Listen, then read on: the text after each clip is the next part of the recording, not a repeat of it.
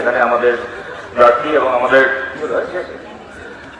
আমাদের পার্টির কেন্দ্রীয় কমিটির সদস্য এতক্ষণ মীনাক্ষী আপনাদের সামনে বলছিল, আপনারা যারা এখানে আছেন আমার গুরুজনেরা, আমার ভাইয়েরা, বোনেরা, বন্ধুরা, আমার বিশ্বাস নতুন করে বিরাট কোনো কথা বলার আমাদের কোনো কারণ নেই। গোটা বাংলার মানুষ জানেন, গোটা বাংলার মানুষ এই দিকে তাকিয়ে আছে।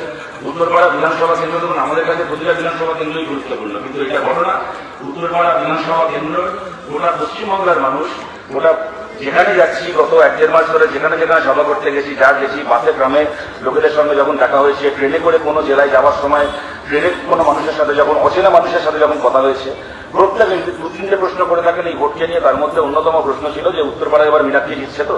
অত্যন্ত গর্বের সঙ্গে, অত্যন্ত আশার সঙ্গে, অত্যন্ত আত্মবিশ্বাসের সঙ্গে বলেছি যে হ্যাঁ, উত্তরপাড়ায় মীনাক্ষী জিতছে, উত্তরপাড়ায় আমরা জিতছি। এবং আপনাদেরকে দেখেই ভরসা হচ্ছে যে আমাদের এই আত্মবিশ্বাস ভুল নয়। রজতদা যেটা মীনাক্ষীর নাম ঘোষণা করার সময় রজতদা যেটা বললো, রজতদা সেই ঘোষণা মিথ্যে নয়। 8-9 দিন পরে এই উত্তরপাড়ার বিধায়কের নাম হবে মীনাক্ষী মুখার্জি। আপনাদের আশীর্বাদে, আপনাদের ভালোবাসায়, আপনাদের সমর্থনে। ধরুন আপনারা দেখেছেন গতদিন যে মমতা ব্যানার্জি একটা মিটিং এর কিন্তু ভাইরাল হয়েছিল। উনি সভা করছেন মঞ্চে দাঁড়িয়ে হেঁটে হেঁটে, তো বোধহয় সামনে যে সাংবাদিকরা ছিলেন, আপনারা যেরকম অনেকে মোবাইল নিয়ে আছেন, অনেকে মিডিয়া থেকে বা বিভিন্ন পোর্টাল থেকে আছেন, তো কোনো পোর্টালের কোনো সাংবাদিক বোধহয় ওনার মমতা ব্যানার্জির মঞ্চে বলছে না, সামনে থেকে লোকরা চলে যাচ্ছে, তো সেদিকে ক্যামেরাটা ঘুরিয়েছে। মঞ্চ থেকেই মুখ্যমন্ত্রী তাকে বলছে যে তুমি ওইদিকে ক্যামেরাটা ঘোরাচ্ছ কেন, দেখছো না মঞ্চে আমি দাঁড়িয়ে আছি, আমার ছবি তোলো। তোমাকে বলেছি লোক কোথায় উঠে যাচ্ছে সেই ছবি তুলতে। আমরা বলছি এখানে যারা আপনারা যারা ক্যামেরা নিয়ে আছেন, আপনাদের কাছে আবেদন করছি, আমরা মুখ্যমন্ত্রীর মতো বলবো না যে মঞ্চের দিকে ক্যামেরাটাকে তাক করে রাখো, মানুষের দিকে ঘোরাতে হবে না। আমরা বড় হাত জোর করে আবেদন করছি, মঞ্চের দিকে ক্যামেরা রাখতে হবে না, আপনারা মানুষের দিকে তাকান। আমি যেখানে দাঁড়িয়ে আছি এখান থেকে যেদিকে তাকাচ্ছি, আমার ডান দিকে যেদিকে তাকাচ্ছি, খালি মাথা আর মাথা, মানুষ আর মানুষ। যে রাস্তা দিয়ে আসছিলাম দেখছিলাম যেখানে আমাদের মাইকগুলো লাগানো আছে, সেখানে মানুষ জড়ো হয়ে শুনছেন আমাদের কথা। আমাদের লুকোনোর কিছু নেই, কেউ উঠে চলে যাচ্ছে না, আমাদের আড়াল করার কিছু নেই। আমরা যেভাবে মিটিং এ মিছিলে মানুষের ঢল আমরা দেখছি, তবে আমরা আশাবাদী। আমরা বুঝতে পারছি পশ্চিমবাংলার হাওয়া এবার ডান দিক থেকে বাঁ দিকে বইছে। আপনাদের সবার কাছে আবেদন করছি, দেখুন আপনারা দেখছেন আমাদের রাজ্যে গত কয়েক বছর ধরে রাজনীতির নামে কি হচ্ছে। একদিকে মোদী আছে, সে একটা সরকারে এসছে, ক্ষমতা এসছে, সরকারে এসে কি করবে না, সে অযোধ্যা একটা রামের মন্দির বানাবে। তো বাড়িতে এখানে আছে মমতা ব্যানার্জি, কি ওরে মোদী কি মন্দির বানাবে, আমার কি ঠাকুর কম পড়েছে? মা দুর্গা, মা কালী, জয় নম শিবায়, আমার বিষ্ণু মাতা, কত ঠাকুর আছে আমার দেখবি। তুই যদি রামের মন্দির বানাবি তো আমি কি করবো, আমি জগন্নাথের মন্দির বানাবো না। তো প্রত্যেকবার চলে এলো হুমায়ুন কবির। প্রত্যেক বছরই দুর্গাপূজার আগে যেরকম দেখবেন পাড়ায় কিছু রোলের দোকান নাই, চকলেটের দোকান নাই, পুজো হয়ে গেলে আবার দোকানগুলো চলে যায়। সেরকম প্রত্যেকবার আমাদের রাজ্যের রাজনীতিতে ভোট আসলে ভোটের আগে এরকম করে দুটো করে নতুন নেতার আমদানি হয়। এবার এটা হয়েছে হুমায়ুন কবির।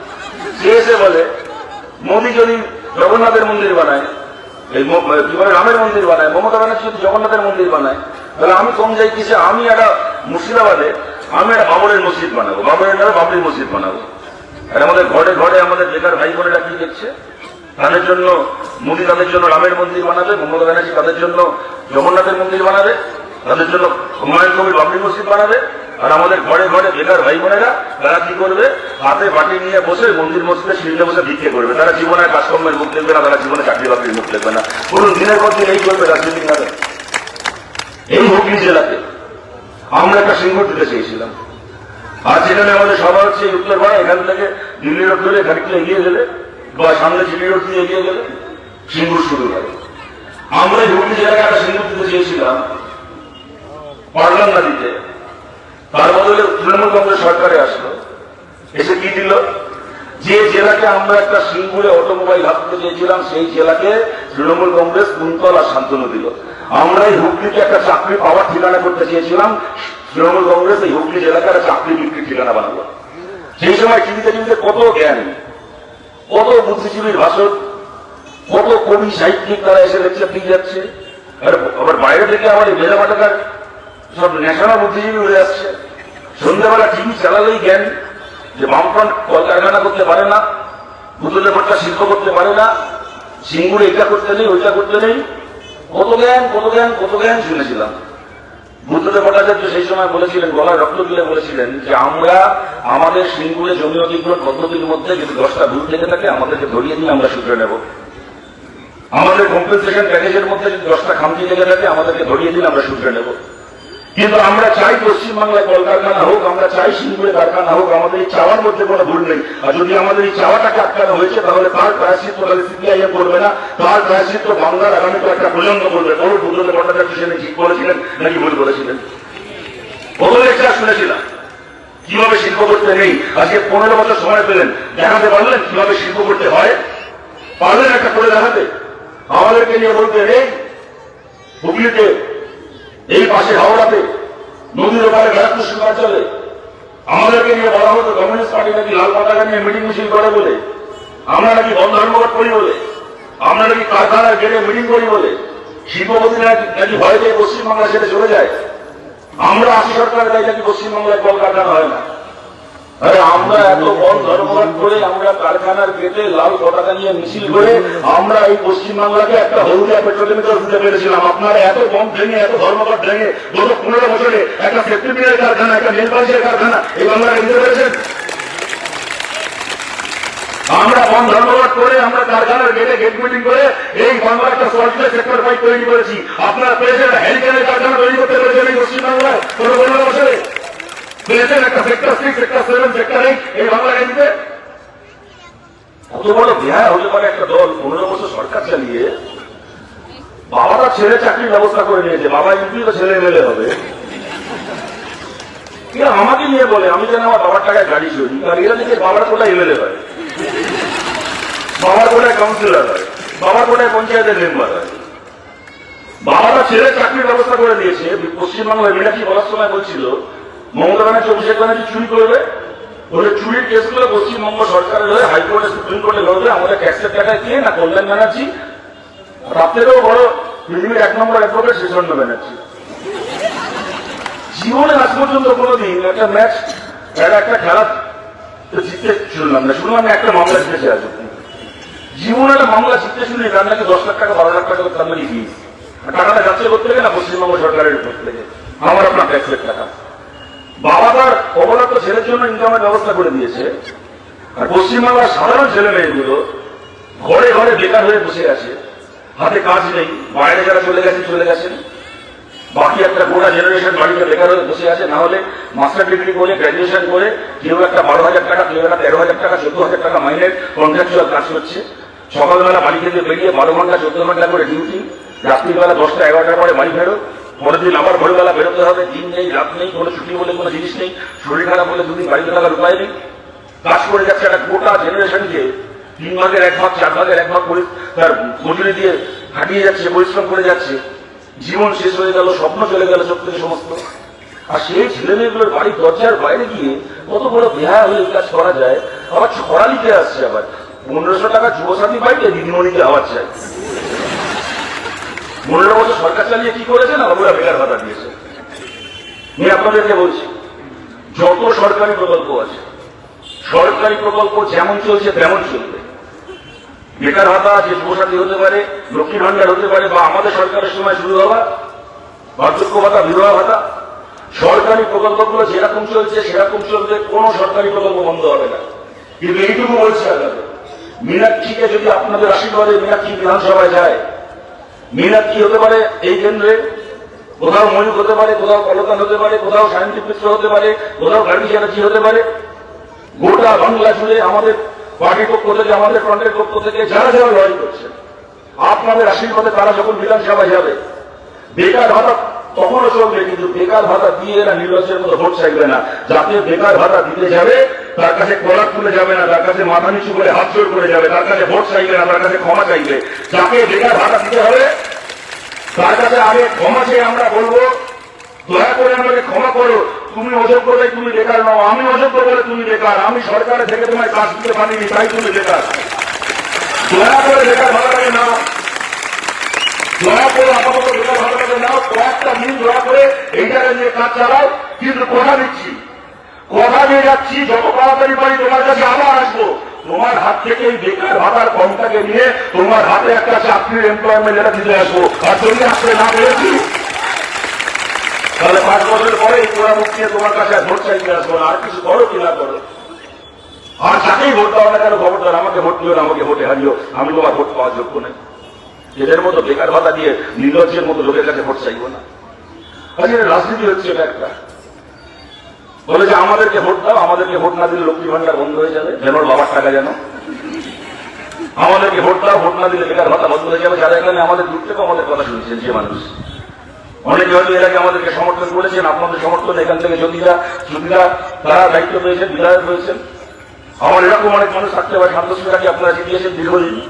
আমার এরকম মানুষ থাকতে পারেন এখানে যারা হয়তো এর আগে আমাদেরকে সমর্থন করেনি। আমি দল মত নির্বিশেষে আপনাদের সবার কাছে জিজ্ঞেস করছি, ৭৭ সালে যখন আমাদের সরকার আসলো, বামপন্থী সরকার, সেটা বলুন তো জ্যোতিবাবু বলতে পারতেন না যে কৃষক বর্ডার মাঠে কাজ করছে, অন্যের মাঠে কাজ করছে, তাকে জ্যোতিবাবু বলতে পারতেন না যে ঠিক আছে তুমি আপাতত যেরকম কাজ করছো কাজ করো, কেউ তোমাকে মাঠ থেকে তুলতে যাবে না। কিন্তু ভাই ভোটটা আমাদেরকে দিয়ে যেতে হবে। যেদিন আমরা ভোটে হেরে যাবো সেদিন কিন্তু তুমি আর খেতে পারবে না। তোমাকে তখন মাঠ থেকে যে হাত টাকা দিয়ে তুলে যাবে কেউ দেখতে আসবে না। তাই যদি দেশে ভোটে থাকতে হয়, আমরা চুরি করি, ডাকাতি করি, খুন করি, যাই করি না কেন, ভোটটা আমাদেরকেই বছরের পর বছর দিয়ে যাও। চাইলে বলতে পারতেন তো, কিন্তু এই কথাটা বলার জন্য জ্যোতি বসু কমিউনিস্ট পাননি। জ্যোতি বসু কি করলেন? মীনা চৌধুরীরা কি করলেন? অপারেশন বর্গা করলেন, কৃষককে একটা জমির মালিকানা দিলেন। তার মানেটা কি? তার মানে হচ্ছে আমি জ্যোতি বসু পশ্চিমবাংলার মুখ্যমন্ত্রী, কালকে যদি আমাকে রাইটার্স বিল্ডিং থেকে চলে যেতেও হয়, তাহলেও বাংলার একজন কৃষককে কোনোদিন তার মাঠ থেকে চলে যেতে হবে না। সে নিজের মাঠেই থাকবে, এই মাঠেই চাষ করবে। এইটাকে বলা হয় উন্নয়ন, যেখানে মানুষকে নিজের গোলাম করে রাখা হয় না, মানুষকে সম্মান মর্যাদা দেওয়া হয়। চাইলে জ্যোতিবাবুরা বলতে পারতেন না ৭৭ সরকারে এসে যে আমরা সরকারে এসে গেছি, এবার ওপার বাংলা থেকে যে রিফিউজি পরিবার এবার এসেছেন, যে যেখানে দরমার ঘর করে মাথার উপর কালির চাল করে আছেন, কোন রকমের মাথা মুছে দেখে যান, কেউ কিছু বলতে যাবে না, পুলিশ বলতে যাবে না। কিন্তু ভোটটা আমাদেরকে দিয়ে যেতে হবে। যেদিন আমরা হেরে যাবো সেই দিন আপনাকে আপনার কলোনি থেকে উচ্ছেদ করে দেওয়া হবে, সেদিন রিফিউজি কলোনি বন্ধ হয়ে যাবে, সেদিন কলোনির ওপর দিয়ে বুলডোজার চলবে। তাই বাঁচতে চাইলে কান নাগাল ভোটটা আমাদেরকে দিয়ে যেতে হবে। বলতে পারতেন, বলেনি। উদ্বাস্তু আন্দোলন, জমির স্থায়ী মালিকানা শেষ হলো। সরকার উদ্বাস্তু পরিবারকে তার ভিড়ে মাটি দলিল দিয়েছিল। মানে কি, কালকে বামফ্রন্ট সরকার যদি পশ্চিমবাংলায় নাও থাকে, তাহলেও একটা উদ্বাস্তু পরিবার যুগের পর যুগটা নিজের জমিতে থাকবে, নিজের বাড়িতে থাকবে। এইটা হচ্ছে উন্নয়ন, যেখানে মানুষকে নিজের মাথা গোলাম করে রাখা হয় না। আজকে পুজোরে ভট্টাচার্য আজকে বেছে নেই, অসীম দাসগুপ্ত এত অসুস্থ, অসীম দাসগুপ্ত বাড়ি থেকে বেরোতে পারছেন না। গতকাল পানিহাটিতে আমাদের খড়দায় আমাদের রোড শো ছিল, অসীমরা থাকার কথা ছিল, আমার থাকার কথা ছিল, গেলাম। শুভদা ওখানে, দেবশ্রী দাস আমাদের প্রার্থী, শুনলাম অসীমরা আসতে পারছেন না। ওনার ইচ্ছে ছিল আসার, কিন্তু এত অসুস্থ হয়ে পড়েছেন, বাড়ি থেকে বেরোতে পারছেন না। শীতের সামনেটায় বসে থাকবেন, সেইটুকু দখল নিতে পারছেন না, এত অসুস্থ মানুষটা। বুদ্ধরা আজকে পৃথিবীতে নেই, কিন্তু বুদ্ধদেব ভট্টাচার্য, অসীম দাসগুপ্তদের করে যাওয়া সরকারি কর্মচারীদের জন্য যে ডিএর আইন, সেই আইনের জন্য লড়াই করে আজকে 2026 সালে পশ্চিমবাংলার সরকারি কর্মচারীরা সুপ্রিম কোর্ট অব্দি লড়াই করে ওখান থেকে নিজের ডিএর অধিকার নিয়ে আসলেন। এইটাকে বলা হয় উন্নয়ন। যেদিন আমি বুদ্ধদেব ভট্টাচার্য পৃথিবীতে থাকবো না, যেদিন আমি আর বেঁচে থাকবো না, সেই দিনও আমার করে যাওয়া আইনের জোরে বাংলার একজন শ্রমিক কর্মচারী, তিনি যতদিন বেঁচে আছেন, তাকে কোনো সরকারের কাছে না, তাকে কোনো পলিটিক্যাল পার্টির কাছে না, এমনকি তাকে তার জীবনের শেষ দিন পর্যন্ত নিজের সন্তানের কাছেও হাত পাততে হবে না। মাথা উঁচু করে নিজের জীবনের শেষ দিন পর্যন্ত বাঁচবেন পশ্চিমবাংলার একজন শ্রমিক কর্মচারী, বুদ্ধদেব ভট্টাচার্যের সরকারের করে যাওয়া আইনের জোরে। এইটাকে বলা হয় উন্নয়ন। এক হাতে টাকা নাও, এক হাতে ভোট দাও, আর যদি ভোট বন্ধ হয় তো তোমার এই হাতে টাকা বন্ধ হয়ে যাবে। এইটাকে উন্নয়ন করা বলে না। আপনাদের সবার কাছে আবেদন করছি, যদি আপনারা মনে করেন মানুষকে খাবারের পাশাপাশি মানুষের মর্যাদাও প্রাপ্য, ডিগনিটির সঙ্গে বেঁচে থাকার অধিকার প্রাপ্য, তাহলে সেই মর্যাদার লড়াইয়ে আপনারা বামপন্থীদের পাশে দাঁড়ান। আপনারা কাছে হাতে তারা সিদ্ধে ভোট দিয়ে আপনারা এখান থেকে মীনাক্ষী বেঁচে থাকেন। এবং তৃণমূলকে নিয়ে এখানে ঘন্টা পর ঘন্টা বলে যাওয়া যায়, কিন্তু কি হবে বলুন? তোদেরকে নিয়ে বলে হয়েছে গালাগাল দিয়ে, গালাগাল দিয়ে গেছে, জীবনে শুধরবে, জীবনে চুরি করা বন্ধ করবে। এই তৃণমূলের নেতাগুলোকে দেখে ভাবি, এটা এমন চোর, এমন চোর, এগুলো যে কদিন বেঁচে আছে এটা চুরি করবে, এগুলো থেকে যদি মরে ভূত হয়ে যাবে, শ্মশানের কাঠ চুরি করে পয়সা কামাবে, কেউ চুরি করা বন্ধ করবে না। এদেরকে নিয়ে গালাগাল দেওয়া নিজেরও সময় নষ্ট, অন্যেরও সময় নষ্ট। আর তার মধ্যে একটা হয়েছে পশ্চিমবাংলায় বিজেপি, এটা অদ্ভুত পার্টি। ভোট এসে গেল, ভোট চলছে, একটা কেন্দ্রে ভোট হয়ে গেছে পশ্চিমবঙ্গে, আর এক কেন্দ্রে ভোট বাকি আছে। একটা পার্টির পা থেকে মাথা পর্যন্ত আর কোনো বক্তব্য নেই, একটাই বক্তব্য, কি সিপিএম কে কেউ ভোট দেবেন না, বামপন্থীকে কেউ ভোট দেবেন না, বামপন্থীদেরকে ভোট দিলে ভোট নষ্ট হবে। পশ্চিমবাংলায় তৃণমূলকে একমাত্র আমরা বিজেপি হারাতে পারবো। সিপিএম এর সমর্থকদের কাছেও বলছি, দয়া করে এইবারের মতো ভোটটা আমাদেরকে দিন। এটা অদ্ভুত পার্টি, চিন্তা কোন একটা পার্টি যারা প্রার্থী ভাড়া নেয় তৃণমূলের কাছ থেকে আর ভোট ভাড়া নেয় সিপিএম এর কাছ থেকে। এটা বেশি আছে কি করতে হয়, বেশি আছে কি করতে মনে করতে পারে। এরা এই সমস্ত কালগল্প আগের বারে শুনিয়েছিল, আপনাদের মনে আছে 2021 সালে এই সমস্ত কালগল্প শুনিয়েছে, তখন প্রবীর ভাইয়ের প্রার্থী ছিল। উত্তরপাড়ায় ঘুরে ঘুরে বলেছিল সিপিএমকে ভোট দিয়ে লাভ নেই, আমাকে এবার ভোট দিন, প্রবীর হোসেনকে ভোট দিন। আমি এবার মমতা ব্যানার্জি, সারা জীবন মমতা ব্যানার্জি জুতো পালিশ করত, সারা জীবনে সাংবাদিক নাকি মমতা ব্যানার্জি জুতো মাথায় নিয়ে সাংবাদিকতা করতো। সে হঠাৎ করে ভোটের আগে তার কি মাথায় এলো, বিজেপিতে চলে গিয়ে বলে আমি মমতা ব্যানার্জিকে হারাবো। সমস্ত বামপন্থী মানুষকে বলছি, আমাকে ভোট দিন, আমাদেরকে ভোট দিলে মমতা ব্যানার্জিকে আমরা হারাতে পারবো। এটা আমাদের দুর্ভাগ্যজনক, আমাদের জন্য এটা বলতে খারাপ লাগছে। কিন্তু কিছু মানুষ যারা চিরকাল আমাদেরকে এর আগে সমর্থন করেছেন, তাদেরও একটা অংশ যে কোনো কারণেই হোক এই প্রচারে প্রভাবিত হয়েছিলেন, তারা প্রবীর ঘোষালকে ভোট দিয়েছিলেন। আমরা হেরেছিলাম, রজতদা প্রার্থী ছিলেন, রজতদা হেরেছিলেন, প্রবীর ঘোষাল তিনিও হেরেছিলেন, কিন্তু ভোট আমাদের থেকে অনেক বেশি গিয়েছিলেন। সেই মানুষের কাছে আজকে বলছি, আপনারা যা সিদ্ধান্ত নিয়েছেন, সিদ্ধান্ত নেওয়া আপনাদের অধিকার ছিল, আমাদের সেখানে বলার কিছু নেই, প্রশ্ন করার কিছু নেই। আপনার ভোট আপনার সিদ্ধান্ত। কিন্তু তৃণমূলকে বিজেপি হারাবে এইটা ভেবে যারা প্রবীর ঘোষালকে ভোট দিয়েছিলেন, যারা ভেবেছিলেন যে রজতকে ভোট দিয়ে লাভ দিয়ে প্রবীর ঘোষালকে ভোট দিলে তৃণমূলের বিরুদ্ধে লড়াইটা ভালো হবে, আজকে তাকিয়ে দেখুন, এক হাতে আপনার ভোট আর এক হাতে বিজেপির পতাকা নিয়ে প্রবীর ঘোষাল আবার চলে গেছে মমতা ব্যানার্জি জুতো পালিশ করতে, আর রজতদা এখানে লাল পতাকা নিয়ে এই মঞ্চে বসে আছে, লড়াই রয়েছে। আপনাদের কাছে বলছি, আমরা জিতেও যখন জিতেছি পালিয়ে যাই, যখন হেরেছি তখন পালিয়ে যাই। পালিয়ে যাওয়ার কথা বলতে, হারিয়ে যাওয়ার কথা বলতে মনে পড়লো, কাল না পরশু হঠাৎ দেখি কল্যাণ ব্যানার্জির একটা ভিডিও। কোথায় যাচ্ছে দেখি বলছে সিপিএ খুব বেড়েছ, যদি মনে করি বাড়ি থেকে নিয়ে এসে 5 মিনিটে সিপিএমকে হাওয়া করে দেবো, খুব বার বেড়েছ, কখনো কিছু বলি না, 5 মিনিটে সিপিএমকে হাওয়া করে দেবো। আমি আপনাদের একটা কথা বলছি, আপনারা জানেন এটা আমাদের দেশে বা আমাদের রাজ্যে ভোটের বহু পুরনো নিয়ম যে ভোটের আগে মদের দোকান বন্ধ হয়ে যায়। কিন্তু প্রত্যেকবার নিয়মটা থাকে কি, যে ওই প্রচারটা ধরুন কাল সন্ধ্যাবেলা শেষ হবে, তারপর থেকে মদের দোকান বন্ধ হয়। মানে যেদিন ভোট, যে এলাকায় ভোট, তার 24 ঘন্টা আগে থেকে কি বলেছে 48 ঘন্টা আগে থেকে সেই এলাকায় মদের দোকান বন্ধ হয়ে যায়। কিন্তু এইবার ইলেকশন কমিশন একটা অদ্ভুত নিয়ম করেছে। 23 তারিখ বাংলা থেকে ভোট শুরু হয়েছে, তবে থেকে খবরে দেখলাম দেখাচ্ছে একদিন ইলেকশন কমিশনের এবার নতুন সিদ্ধান্ত, এই 23 তারিখের আগে থেকে গোটা পশ্চিমবাংলায় মদের দোকান বন্ধ। যখন আমি খবর এটা দেখছিলাম, বিশ্বাস করে আমার তখনই মনে হলো, টানা এতদিন মদের দোকান বন্ধ থাকবে, টানা এতদিন মদ পাওয়া যাবে না, আবার কল্যাণ ব্যানার্জি টার্গেটে যাবে।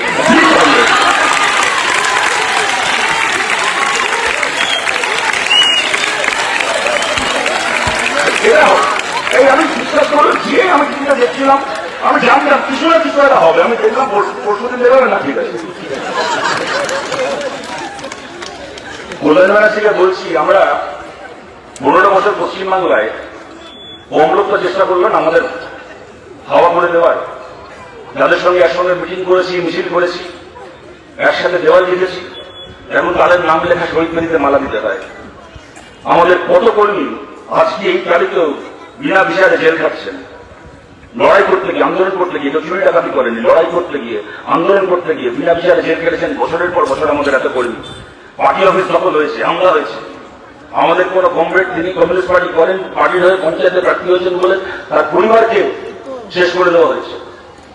এত কিছুর পরেও যখন লাল পতাকা বাংলার মাটিতে উঠছে, ভবিষ্যতে উঠবে কল্যাণবাবু, লাল পতাকাকে নিয়ে চিন্তা করবেন না। কিন্তু হাওয়া করার কথা যদি বলেন, পশ্চিমবাংলায় সরকার তৈরি করার জন্য আমরা শূন্য হয়েও মাথা উঁচু করে কমিউনিস্ট পার্টি করছি।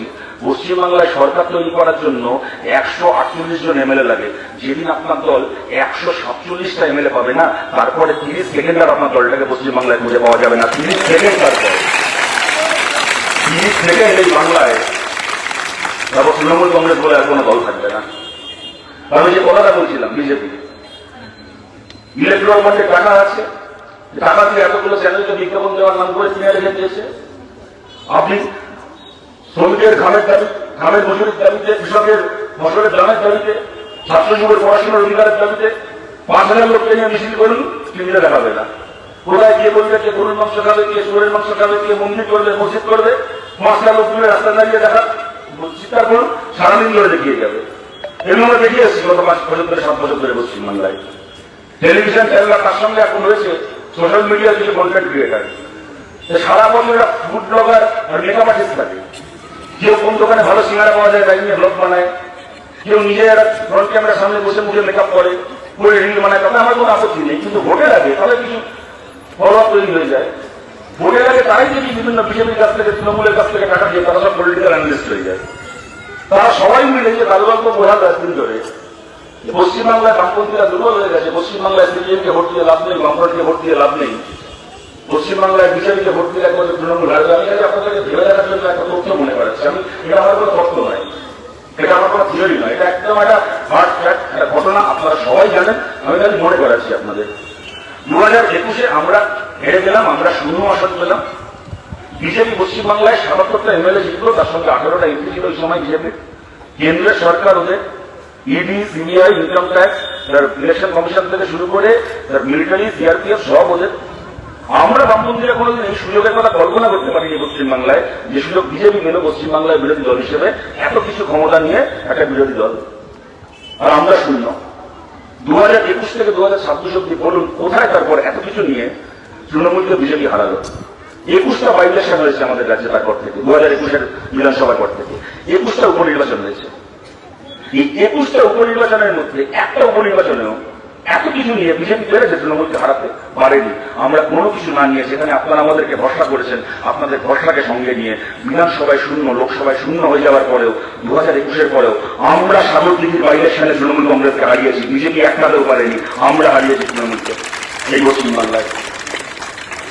এতগুলো মিউনিসিপ্যালিটির ভোট হলো পশ্চিমবাংলায়, এত কিছু নিয়ে, 18টা এমপি নিয়ে, 77টা এমএলএ নিয়ে, ইডি, সিবিআই, কেন্দ্র সরকার, Modi, Amit Shah, election commission, electoral বন্ডের টাকা, সবকিছু নিয়ে একটা মিউনিসিপ্যালিটিতে পারল বিজেপি হারাতে তৃণমূলকে। কোনো কিছু না নিয়ে, খালি যখন আপনারা আমাদেরকে ভরসা করেছেন, আপনাদের ভরসাকে সঙ্গে নিয়ে আমরা নদিয়া তাহিরপুরের মিউনিসিপ্যাল ইলেকশনে, নদিয়া তাহিরপুরে আমরা সিপিআইএম, আমরা বামফ্রন্ট, আমরা তৃণমূলকে হারিয়েছি। আমরা তাহিরপুর পুরসভা দখল করেছি তাই নয়, আজকে 5 বছর ধরে তাহিরপুর পুরসভা আমরা চালাচ্ছি। আর আপনাদের দলের সঙ্গে বলছি, মাথা উঁচু করে আপনাদেরকে বলছি, আজকে গোটা পশ্চিমবাংলার মানচিত্রে যদি একটা এরকম পুরসভা থেকে থাকে, যে পুরসভায় রাস্তা তৈরি করার সময় চেয়ারম্যান কাটমানি খায় না, যে পুরসভায় বাড়ির ছাদ ঢালাই করার জন্য পাড়ার কাউন্সিলরকে টাকা দিতে হয় না, স্কোয়ার ফুট নেবে থানায় টাকা দিতে হয় না, যদি গোটা বাংলার মাটিতে এরকম একটা পুরসভা থেকে থাকে, তাহলে সেই পুরসভার নাম বামফ্রন্ট পরিচালিত তাহিরপুর পুরসভা, তাহিরপুর মিউনিসিপ্যালিটি। যে কাজ আমরা তাহিরপুরে করেছি, সেই কাজ আমরা উত্তরপাড়া, হিন্দমটর, পট্টগ্রাম থেকে শুরু করে আমরা গোটা বাংলা জুড়ে আমরা এই কাজ করতে চাই, যদি আপনাদের ভরসা আমরা আমাদের সঙ্গে পাই। আপনাদের কাছে আবেদন করছি, পশ্চিমবাংলায় বিজেপি যত উত্তরপ্রদেশ থেকে, বিহার থেকে নেতাগুলি আসছে, ঘর বাড়ি বাড়ি এখানে থাকছে, গোটা পশ্চিমবাংলা ছেড়ে গেছে। এখন এবার ভোটের প্রচারের কাছে সব জায়গায় ছুটতে ছুটতে দেখলাম। কোনোদিন আমি অনেক বছর হলো, মানে কম করে 10-12 বছর হলো আমি গোটা রাজ্য জুড়ে ভোটের প্রচার করছি। মঞ্চে আমার কথাটা বলতে লজ্জা করছে, যদি তারা এখানে রয়েছেন, ওনাদের অভিজ্ঞতা, কলকাতার অভিজ্ঞতা আমার থেকে অনেক বেশি। কিন্তু আমি আমার সীমিত অভিজ্ঞতায় কখনো 10-12 বছরে যতগুলো ভোট দেখেছি, আমি কোনো ভোটে এত বিহার ইউপির গাড়ি দেখিনি পশ্চিমবাংলায়। জানি না রাজ্য সরকার পুলিশ কি করছে, অকাত করে বিহার ইউপির গাড়ি পশ্চিমবাংলায় ঘুরে যাচ্ছে, হেলিকপ্টার করে নেতা আসছে, প্রধানমন্ত্রী আসছে, অমিত শাহ আসছে। আপনাদেরকে বলছি 4 তারিখ ভোটের ফলাফল বেরোবে। 4 তারিখ পশ্চিমবাংলায় বিজেপি হারবে, খালি নয়, এই যে বিজেপি হারবে, গোটা পশ্চিমবাংলার মানুষ যাদের এখনো বিজেপির ওপর এতটুকু ভরসা আছে, তারাও জেনে যাবেন বিজেপি এইবার পারবে না, মানে আর জীবনে কোনোদিন পারবে না। বিজেপি পশ্চিমবাংলায় আবার ওই 4%, 5%-এর পার্টি হয়ে যাবে। বিহার, উত্তরপ্রদেশ থেকে যারা উড়ে গেছে, তারা আবার বিহার, উত্তরপ্রদেশে উড়ে উড়ে ফেরত চলে যাবে। অন্যান্য দল থেকে যাদেরকে দলে ভাঙিয়ে এনেছিল, এই প্রবীণ নেতাদের মতো লোকজন আগেই চলে গেছে। বাকি যে কটা এখনো কি রয়ে গেছে, যার যার আগের দলে বা এই দল ওই দলে কেউ না কেউ আর কোনো না কোনো দলে ঠিক ঢুকে যাবে। আমরা কমিউনিস্ট পার্টি, আমরা এই পশ্চিমবাংলার মাটিতে উত্তরপ্রদেশ, বিহার থেকে আমরা উড়েও আসিনি। আমরা অন্য কোনো দল থেকে নেতা ধরে আমাদের দলও তৈরি করিনি। এই বাংলার মাটিতে কমিউনিস্ট পার্টি তৈরি হয়েছে তেভাগা আন্দোলন থেকে। বাংলার মাটিতে কমিউনিস্ট পার্টি তৈরি হয়েছে 59 সালের ছাত্র আন্দোলন থেকে। বাংলার মাটিতে কমিউনিস্ট পার্টি তৈরি হয়েছে ট্রাম ভাড়া বৃদ্ধির বিরুদ্ধে ছাত্র যুবদের লড়াই থেকে, শিক্ষার দাবিতে, কাজের দাবিতে ছাত্র যুবদের আন্দোলন থেকে। রাজনৈতিক বন্দী মুক্তি সংগ্রাম থেকে, বাংলার মাটিতে কমিউনিস্ট পার্টি তৈরি হয়েছে 12 ক্লাস পর্যন্ত অবৈতনিক শিক্ষার লড়াই থেকে, আইপিডিএর মুভমেন্ট থেকে, সলিল চৌধুরী হেমন্ত বিশ্বাসের গ্রাম থেকে এই মাটিতে কমিউনিস্ট পার্টি তৈরি হয়েছে। সত্যজিৎ রায়ের নেতৃত্বে ঘটক মৃণাল সিনেমা থেকে এই বাংলা বামপন্থাকে ছিলেছে। শম্ভু মিত্র উৎপলগত নাটক থেকে এই পশ্চিম বাংলার মানুষ কমিউনিস্ট পার্টিকে ছিলেছে। আমরা উত্তরপ্রদেশ বিহার থেকে উড়েও আসিনি, আমরা বিহার ইউপিতে উড়েও যাবো না। আমরা কমিউনিস্ট পার্টি করি এই বাংলার মাটিতে আমরা ছিলাম, আমরা আছি, আমরাই থাকবো এই বাংলায়, আমরাই থাকবো। আপনাদের সবার কাছে আবেদন করছি, অতীতে যারা আমাদেরকে ভোট দিয়েছেন, মাঝে যে কোনো কারণেই হোক আপনার ভোট আমরা পাইনি, আপনার সমর্থন আমরা পাইনি, আপনাদের সবার কাছে বলছি একটা বার একসঙ্গে যারা 2016তেও যারা আমাদেরকে ভোট দিয়েছিলেন সেই মানুষদেরকে বলছি, 2016 এই বিধানসভা কেন্দ্রে যারা আমাদেরকে ভোট দিয়েছিলেন তারা সবাই মিলে আমাদেরকে ভোট দিন, আমাদেরকে সমর্থন করুন। মীনাক্ষী খালি জিতবে না, মীনাক্ষী কম করে 15,000 ভোটের মাঝে এইখান থেকে জিতবে। আমাদের লড়াই তৃণমূলের কতগুলো চোর নেতার বিরুদ্ধে, তৃণমূলের হয়ে জোয়ার লেখা কোনো সাধারণ কর্মীর বিরুদ্ধে নয়। আমাদের লড়াই বিজেপির কতগুলো দাঙ্গাবাজ খুনি নেতার বিরুদ্ধে। আমাদের লড়াই বিজেপির হয়ে দুদিন ফেসবুকে পোস্ট করেছেন, কি দুটো মিছিলে গেছেন, কি দুবার ভোট দিয়েছেন কোন সাধারণ মানুষের সঙ্গে নয়, তাদের কাছে আমরা হাত জোর করে আবেদন করছি। এই লড়াই খালি বামপন্থী মানুষদেরকে নয়, আপনাদেরকেও আমরা আমাদের পাশে চাই। তৃণমূলের কর্মীদেরকেও বলছি, বুথ থেকে মমতা বন্দ্যোপাধ্যায়কে নিয়ে একটা সময় গর্ব করে লোকে বলতেন, আপনারা বলতেন, আমরা মাথা নিচু করে স্বীকার করি এই কথা। মমতা বন্দ্যোপাধ্যায় একটা সাধারণ পরিবারে জন্মগ্রহণ করেছেন, উনি রাহুল গান্ধীর মতো কি আর 5 জনের মতো কোন রাজনৈতিক বংশের সন্তান নন। সাধারণ পরিবারে জন্মগ্রহণ করে নিজে লড়াই করে, সে ঠিক হোক, ভুল হোক, ভালো হোক, খারাপ হোক, লড়াই করে আজকে এত বড় জায়গায় গেছেন, দেশের মন্ত্রী হয়েছেন, আজকে রাজ্যের মুখ্যমন্ত্রী। তাই নিয়ে গর্ব করতেন একদিন আপনার তৃণমূলের সমর্থকরা। আজকে সেই মমতা বন্দ্যোপাধ্যায় এমন দল জানিয়েছে, তার দলে যদি 1000টা যোগ্য লোক থেকে থাকে তাহলে তারা পায়ের তলায় বসে থাকবে, দলের মাথায় বসবে ওনার ভাইপো, ওনার আদরের ভাইপো। কেন না, সে রাজবংশের সন্তান, সে রানীর ভাইপো। এই উত্তরপাড়া, এই কর্মগড়ে, এই হিন্দুগড়ে, এই কোটসঙ্গে যদি 100 জন তৃণমূলের কর্মী থেকে থাকে, যে সারা জীবন বুথ থেকে তৃণমূল করেছে, যদি এরকম 100 জন কর্মী থেকে থাকে, তারা সবাই পার্টি অফিসের বাইরে থেকে চা নিয়ে এসে পার্টি অফিসের টেবিলে চায়ের ভাড় রাখবে। আর এখানকার এমএলএর জন্য ভোটে লড়বে কে না, কল্যাণ ব্যানার্জির ছেলে, বাঁকুড়ায় রাখি দিয়ে এখানে এসে এমপি হয়েছিল, তার ছেলেকে এবার এখানে এমএলএ করবে। আপনাদের কাছে যখন আমি থাকবো না, তখন আমার ছেলে, তারপরে তার ছেলে, তারপর তার ছেলে রাজত্ব করবে। সত্যিকারের তৃণমূল কর্মীদেরকেও বলছি, যদি আপনারা মনে করেন এটা অন্যায় হচ্ছে, এটা বঞ্চনা হচ্ছে, তাহলে এই লড়াই আপনারা আমাদের পাশে থাকুন। কতগুলো কাজ আমরা বাংলার বিধানসভায় করতে চাই। মীনাক্ষী সহ আমাদের পার্টির পক্ষ থেকে, বামফ্রন্টের পক্ষ থেকে যারা লড়াই করছেন, আপনাদের আশীর্বাদ নিয়ে তারা যদি বাংলার বিধানসভায় যান, তাহলে প্রথম লড়াই হবে পশ্চিমবাংলার সমস্ত কন্ট্রাকচুয়াল চাকরি, আশায়, আইসিডিএস, অঙ্গনবাড়িতে যারা কাজ করছেন, মিড ডে মিলে যারা কাজ করছেন, যত স্কুল ওয়ার্কার আছেন, কেউ থানায় সিভিল ভলেন্টিয়ারে কাজ করছেন, কেউ স্কুলে প্যারাজিয়ারে কাজ করছেন, পশ্চিমবাংলার সমস্ত স্কিম ওয়ার্কার, সমস্ত প্রকল্প শ্রমিকের চাকরিতে স্থায়ী করা এবং মাসে অন্ততপক্ষে 22,000 টাকা মাইনের কাজ, মাইনের ব্যবস্থা আমরা বামপন্থীরা করতে পশ্চিমবাংলায় আমাদের প্রথম লড়াই। আমাদের দ্বিতীয় লড়াই, বাংলায় সরকারি প্রকল্প ভাতা যেমন চলছে তেমন চলবে, কিন্তু ভাতা শেষ করা নয়। বাংলার প্রতিটা পরিবার কিছু অন্ততপক্ষে একটা স্থায়ী চাকরি আমরা নিশ্চিত করবো, আমরা বামপন্থীরা এই পশ্চিমবাংলায়। 3 নম্বর কথা, পশ্চিমবাংলার পরিবার কিছু, প্রত্যেক পরিবারের প্রথম 100 ইউনিট পর্যন্ত বিদ্যুৎ ফ্রি, বিদ্যুতের কোনো মিটার উঠবে না। 100 থেকে 200 ইউনিট পর্যন্ত বিদ্যুতের বিল হাফ হবে পশ্চিমবাংলায়, আমাদের বামপন্থীদের এটা 3 নম্বর লক্ষ্য। 4 নম্বর, পশ্চিমবাংলার সরকারি স্কুলে স্বচ্ছভাবে নিয়োগ আবার ফিরে আসবে। কাউকে ঘুষ না দিয়ে, কোন নেতার পেছন পেছন বাইকে করে না ঘুরে, কারো মিটিং মিছিলে না গিয়ে, যোগ্যতা নিরিখে পশ্চিমবাংলার আপনি সিপিএম পরিবার, কংগ্রেস পরিবার, তৃণমূল, বিজেপি যে পরিবারের ছেলে মেয়ে হন, নিজের যোগ্যতা নিজেকে চাকরি পাবেন। খালি যোগ্যরা শিক্ষক হবেন তাই নয়, স্কুলে যে বাচ্চারা পড়াশোনা করছে তারা যোগ্য শিক্ষকদের কাছে পড়াশোনা করার সুযোগ পাবে। টাকা দিয়ে চাকরি কেনা অযোগ্যদের কাছে আমাদের ঘরে বাচ্চাগুলোকে পড়তে হবে না। এবং এই গেল সরকারি স্কুলের কথা। প্রাইভেট স্কুলের ক্ষেত্রে, প্রাইভেট স্কুলের যে মাইনে, এখন ইংলিশ মিডিয়াম প্রাইভেট স্কুলগুলোর মাইনে বাড়তে বাড়তে যে জায়গায় চলে যাচ্ছে, এবং প্রাইভেট হাসপাতালে, প্রাইভেট নার্সিং হোমে চিকিৎসার খরচা বাড়তে বাড়তে যেখানে যাচ্ছে, আমরা বামপন্থীরা প্রাইভেট স্কুলের মাইনে এবং প্রাইভেট হাসপাতালে চিকিৎসার খরচাকে নিয়ন্ত্রণ করার জন্য পশ্চিমবাংলার বিধানসভায় বিল আনতে চাই। আপনারা মীনাক্ষীকে পাঠান, মীনাক্ষী দাঁড়িয়ে পশ্চিমবাংলার বিধানসভায় এই বিল আনতে।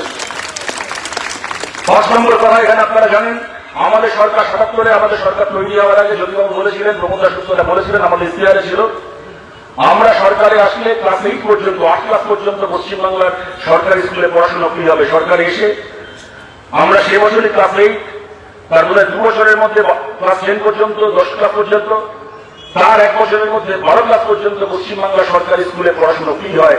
আর এইবার আমরা বলছি, আপনারা আমাদেরকে সেই সংক্রান্তি বিধানসভায় পৌঁছে দিলে পশ্চিমবাংলার কলেজ বিশ্ববিদ্যালয় মাস্টার ডিগ্রি পর্যন্ত পড়াশোনা সম্পূর্ণ বিনা পয়সায় হবে, সম্পূর্ণ ফ্রি হবে এই পশ্চিমবাংলায়। আমাদের বাংলার ছেলে মেয়েদের পড়াশোনার মাটিতে তাদের মাথা আকাশকে প্রশ্ন করবে, তাদের পাশে থাকবে এই রাজ্যের বামপন্থী আন্দোলন। এবং আমাদের এর পরের কথা, পশ্চিমবাংলার যে বিধানসভা কেন্দ্রে আমাদের বিধায়করা নির্বাচিত হবেন, বিধায়ক হিসেবে দায়িত্ব পাবেন, তা উত্তরপাড়ায় মেয়াদী হতে পারে, তা দীক্ষিতা হতে পারে উত্তর দমদমে, যেখানে যেখানে আমাদের প্রার্থীরা লড়াই করছেন, আপনাদের আশীর্বাদে যারা যারা জিতবেন, আমাদের প্রত্যেকজন বিধায়ক তার বিধানসভা এলাকায় তার বিধায়ক তহবিলের 5 বছরের মোট যে টাকা, এই মোট টাকা 3 ভাগের 1 ভাগ টাকা বরাদ্দ করবে আলাদা করে মহিলাদের ডেভেলপমেন্টের জন্য বিভিন্ন প্রকল্পে, বিভিন্ন স্কিমে, বিভিন্ন প্রজেক্টে। মেয়েদের জন্য স্কুল, কলেজ, হাসপাতাল তৈরি করা, যে মনে করুন জল স্কুলগুলো এখন ক্লাস 10 অব্দি পড়াশোনা হচ্ছে, ক্লাস 12 অব্দি নিয়ে যাওয়া, তার পরিকাঠামোগুলোকে উন্নত করা। হয়তো গার্লস কলেজ রয়েছে, এখানে যেরকম উত্তরপাড়ার মধ্যে আশেপাশে অনেক গার্লস কলেজ রয়েছে, গার্লস কলেজে ধরুন আজকে মনে করুন 5টা কি 6টা সাবজেক্টে সেখানে গ্রাজুয়েশন হচ্ছে, সেখানে আরো নতুন সাবজেক্ট নিয়ে আসা, মাস্টার ডিগ্রির কোর্স চালু করা। এই কাজগুলো করার জন্য, এই পরিকাঠামো উন্নয়নের জন্য আমাদের প্রত্যেকজন বিধায়ক 3 ভাগের 1 ভাগ টাকা তারা বরাদ্দ করবেন। এবং তার পাশাপাশি আমাদের প্রত্যেকজন বিধায়ক তার বিধানসভা এলাকায় মেয়েদের জন্য ফ্রি ট্রেনিং সেন্টার তৈরি করবেন, যেখানে মেয়েরা ট্রেনিং নিয়ে তারা যারা স্বাবলম্বী হতে চায় তারা তাদের সেই স্বাবলম্বী হওয়ার লড়াইয়ে সেই ফ্রি ট্রেনিং সেন্টার থেকে ট্রেনিং নিয়ে তারা সেই লড়াই এগিয়ে যেতে পারবে। মনে করুন মেয়েদেরকে বিউটিশিয়ান কোর্সে ট্রেনিং দেওয়া, সেলাইয়ের কাজ শেখানো, অন্যান্য বিভিন্ন কাজ শেখানো, এবং নন ট্রেডিশনাল যে ট্রেনিং গুলো রয়েছে যেগুলো কিনা হয়তো একদিন চলছিল না, কিন্তু আজকের দিনে যেরকম বিউটিশিয়ান কোর্স, সেলাইয়ের কাজ, হয়তো হাতের অন্য কোনো জিনিস তৈরি করার কাজ, মেয়েরা বরাবর এগুলো শিখে আসছেন। কিন্তু আজকের দিনে এরকম অনেক নতুন কোর্স এসছে যেগুলো আজকের দিনের একটা 20, 22, 24 বছরের মেয়ে শিখতে চায় আজকের দিনে সেলফ এমপ্লয়েড হওয়ার জন্য, স্বাবলম্বী হওয়ার জন্য। মনে করুন গাড়ি চালানো, স্কুটি চালানো, বাইক চালানো, ফায়ার সেফটি ট্রেনিং, এই ধরনের ট্রেডিশনাল এবং নন ট্রেডিশনাল ট্রেনিং এর জন্য প্রত্যেক বিধানসভা এলাকায় মেয়েদের জন্য ফ্রি ট্রেনিং সেন্টার তৈরি করা হবে। এবং প্রত্যেক বিধানসভা এলাকায় একটা করে বড় মাঠ এবং সেই মাঠকে ঘিরে খেলার পরিকাঠামো তৈরি করা হবে আলাদা করে মেয়েদের জন্য, মেয়েদের খেলাধুলার উন্নয়নের জন্য একটা করে স্পোর্টস ইনফ্রাস্ট্রাকচার, স্পোর্টস একাডেমি প্রত্যেক বিধানসভা কেন্দ্রে তৈরি করা হবে। এই উত্তরপাড়া থেকে শুরু করে গোটা বাংলা জুড়ে যেখানে যেখানে আমরা জিতবো, যাতে আমাদের এই বাংলা থেকে আরো অনেক ঝুলন গোস্বামী, আরো অনেক ঋষা ঘোষ, এই উত্তরপাড়ার, এই হুগলির মেয়ে, আমাদের গর্ব পিয়ালি বসাকের মতো অ্যাথলিট যেন এই বাংলার মাটি থেকে আরো তৈরি হয়, পশ্চিমবাংলার মুখ, দেশের মুখ তারা উজ্জ্বল করে। তার জন্য আমাদের প্রত্যেকজন বিধায়ক তার তহবিল থেকে 3 ভাগের 1 ভাগ টাকা তারা বরাদ্দ করবেন। এবং আপনাদের কাছে আমার শেষ কথা, এবং আমরা 34 বছর সরকার চালিয়েছি, আপনাদের যারা দূর থেকে আমাদের কথা শুনছেন, এরকম অনেক মানুষ নিশ্চয়ই আমাদের কথা তাদের কাছে এখন পৌঁছাচ্ছে। হয়তো এই মিটিংও আপনারা অনেকে উপস্থিত আছেন, যারা হয়তো এর আগে আমাদেরকে ভোট দেননি, হয়তো দিয়েছেন, কখনো দিয়েছেন, কখনো দেননি, দুটো প্রশ্নে আমাদেরকে সমর্থন করেন, কিন্তু সমর্থনের থেকে হয়তো সমালোচনা বেশি আমাদের প্রতি তাও থাকতে পারে, এবং তার মধ্যে কোনো অন্যায়ও নেই। আমি খুব আন্তরিকভাবে আপনাদেরকে বলছি, তো আজ যদি আপনাদের প্রশ্ন করা হয়, এই যে আমরা 34 বছর সরকার চালিয়েছিলাম, বামফ্রন্ট সরকার চালিয়েছিল, এই 34 বছরে পশ্চিমবাংলার স্কুল কলেজের উন্নয়ন কেমন হয়েছিল, রাস্তাঘাটের উন্নয়ন কেমন হয়েছিল, কত দেবেন আপনারা বামফ্রন্টকে? এখানে কেউ বলতে পারেন যে বামফ্রন্টকে 80 দেবো, 90 দেবো, 100 দেবো, কেউ বলতে পারেন বামফ্রন্টকে 2 দেবো, 3 দেবো, 0 দেবো, কেউ বলতে পারেন কোনো কাজ ভালো হয়নি।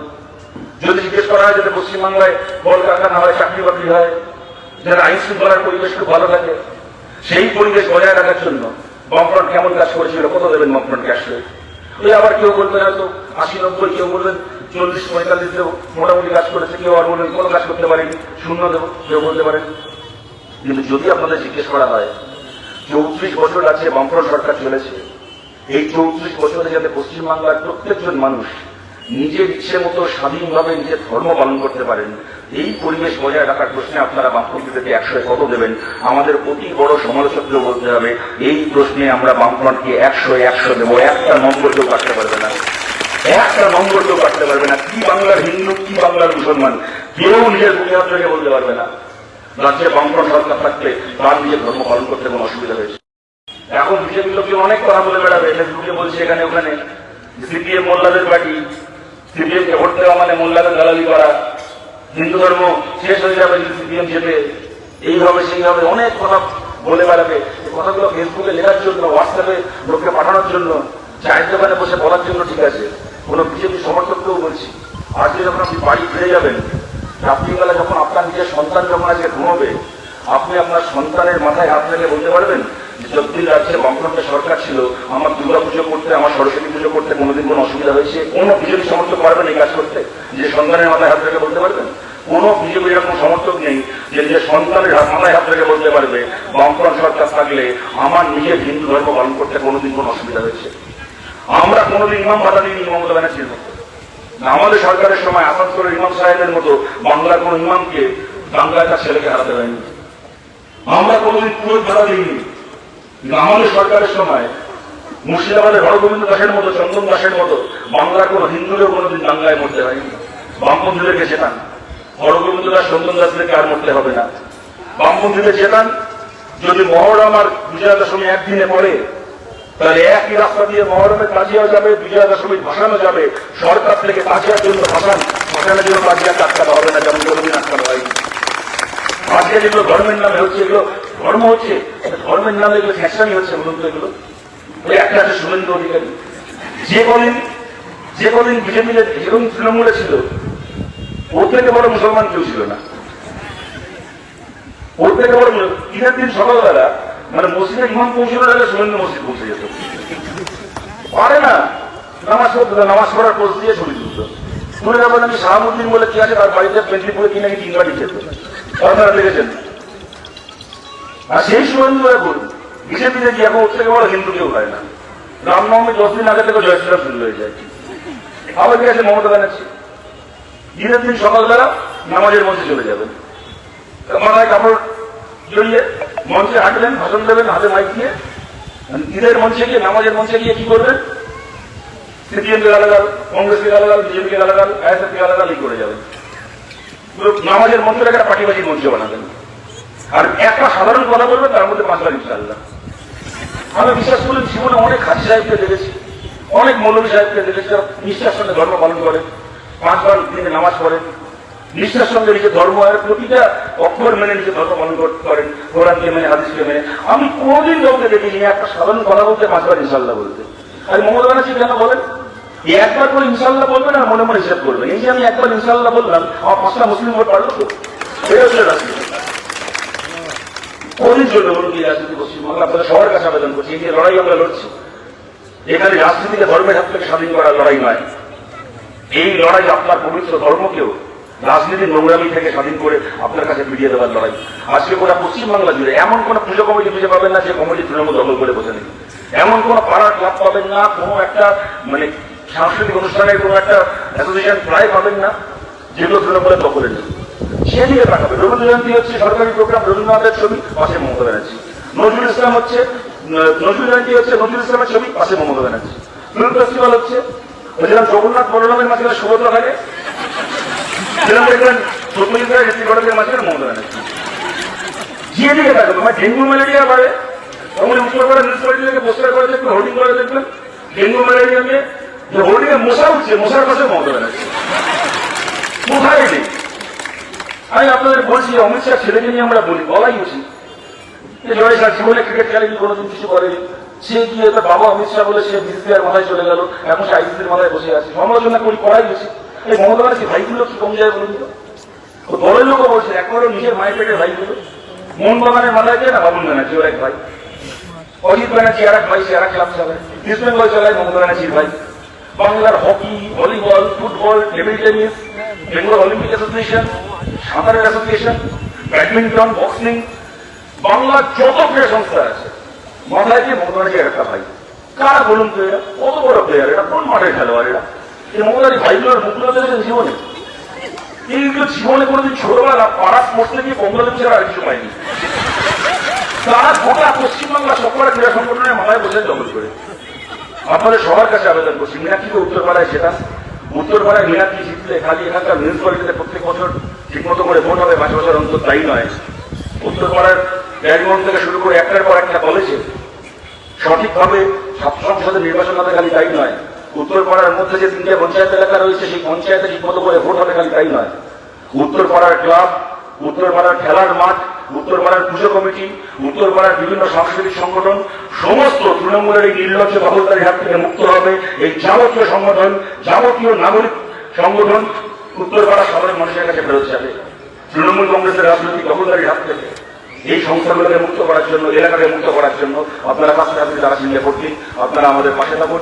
মীনাক্ষীকে আপনারা চেনেন, জানেন, ওদের গোটা রাজ্যের মানুষ চেনেন, উত্তরপাড়ার মানুষ আপনাদের ঘরের মেয়ে হয়ে গেছে, আপনারা আরো ভালো করে চেনেন। আপনারা জানেন একটা মীনাক্ষী বিধানসভায় যাওয়া মানে একা একটা মীনাক্ষী 10টা তৃণমূলকে 10টা বিজেপিকে ধোকা বাড়ি নিয়ে গিয়ে কাপড় রাখতে পারে।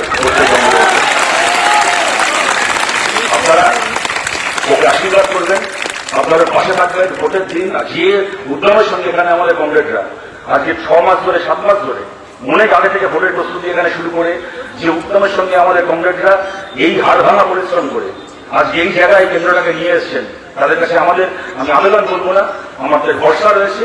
ভোটের দিন সকাল থেকে রাত পর্যন্ত যে প্রয়োজনীয় লড়াই, সেই লড়াইও আমাদের এই কমরেডরা লড়বেন এবং সেই লড়াই করে মীনাক্ষীকে এখান থেকে জিতিয়ে, বামপন্থীদের এখান থেকে জিতিয়ে আপনারা বিধানসভায় পাঠাবেন। আপনারা সবাই ভালো থাকবেন।